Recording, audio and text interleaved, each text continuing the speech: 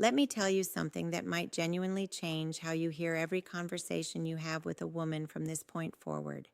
She has already told you how she feels about you, not in a grand declaration, not in a moment of obvious vulnerability, in five specific kinds of statements, said casually, said naturally, said in the middle of ordinary conversation, that carry something far heavier than their surface words suggest.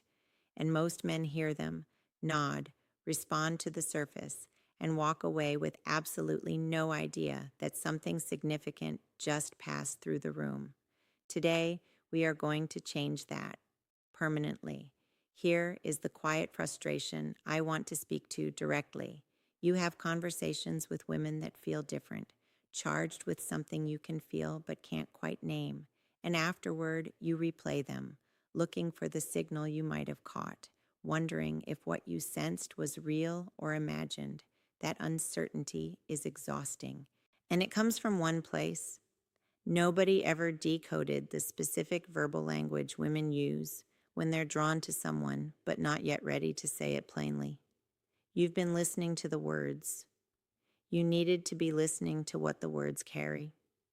Before the five statements, you need to understand why this indirect communication exists, because without context, the signals make no sense. Women are socialized from an early age to be careful with direct expressions of desire.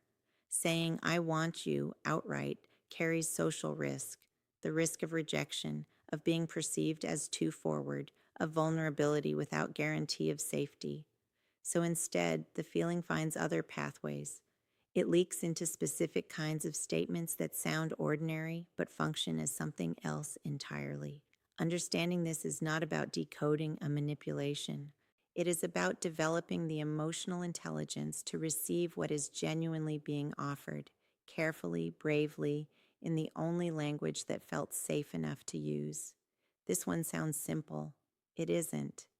Think about how many people exist in your daily life: friends, colleagues, family members, acquaintances.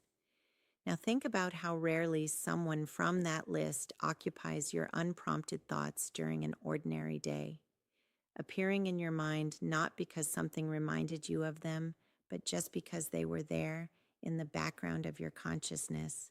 When a woman tells you she was thinking about you, especially without a specific reason, especially about something small and unremarkable, she is telling you that you have moved into a particular category in her mind, the category of people who occupy me without being invited to. That is not a casual category. That is where desire lives before it has a name. Don't respond with, oh, that's funny. Respond with genuine warmth and curiosity. What were you thinking? Stay there. Let her know that her thoughts about you are welcome and that you find her interesting enough to want to know more. On the surface, this sounds like a compliment. Underneath, it is a confession. When she says this, when she places you in a category separate from everyone else in her social world, she is telling you that her experience of you has disrupted something, that the normal patterns she uses to understand people don't quite fit you, that you have created an impression specific and distinct enough to require its own category.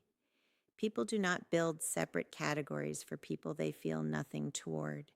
We categorize people we need to keep thinking about, people whose complexity requires ongoing attention. Her statement is her nervous system's way of saying, I cannot file you away neatly. You keep requiring my attention. Something about you is different from anything I have a ready framework for. That is attraction expressing itself as observation. Receive it accordingly. This is perhaps the most significant statement on this entire list and the most commonly underestimated. Emotional safety, the felt sense that a person will receive your truth without judgment, without weaponizing it, without flinching away from it, is extraordinarily rare.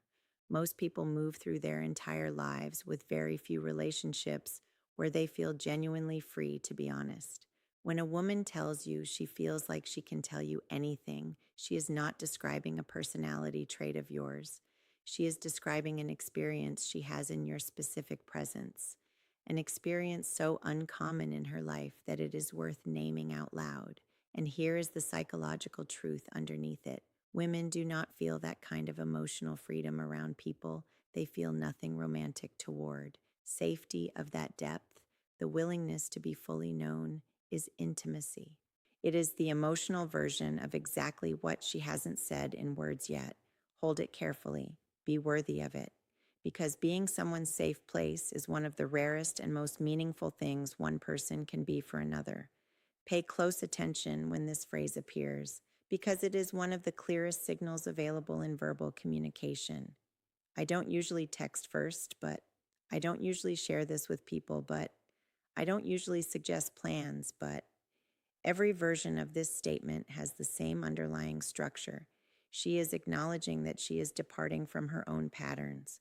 For you, specifically, she is making an exception, and exceptions, by definition, require a reason significant enough to override the rule. You are that reason. When someone breaks their own established behavior for you, when they reach past their comfort zone, past their usual caution, past the self-protective patterns they've developed through experience, they are telling you something their words aren't quite ready to say directly. They are telling you that you matter enough to take a risk for. This is the most vulnerable statement on the list, and the one that requires the most careful response.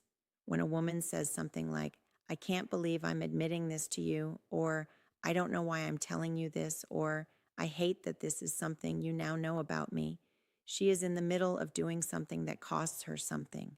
She is sharing something that creates exposure, and she is sharing it with you, which means her desire to be known by you has, in this moment, overridden her self-protective instincts. That override is profound. It means the pull she feels toward you is stronger in this moment than her fear of vulnerability. Do not laugh it off. Do not minimize what she shared. Do not make her feel foolish for the exposure. Stay steady. Stay warm.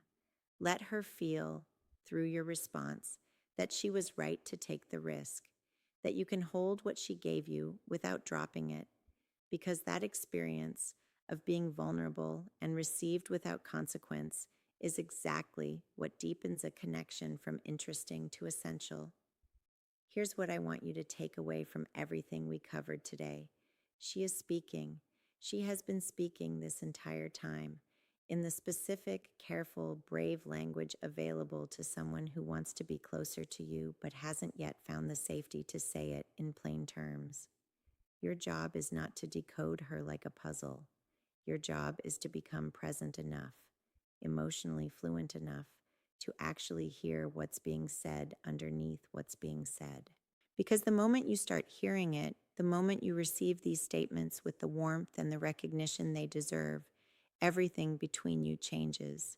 She feels understood in a way she didn't expect. She feels safe in a way that surprises her. She feels seen, specifically, accurately, generously seen, by someone who was actually paying attention. And that feeling, that is where everything real begins. If today opens something up for you, a new way of listening, a deeper understanding of the connections already in your life, subscribe. Every week we go this deep into attraction, psychology, and genuine human connection. I'll see you in the next one. Start listening differently today.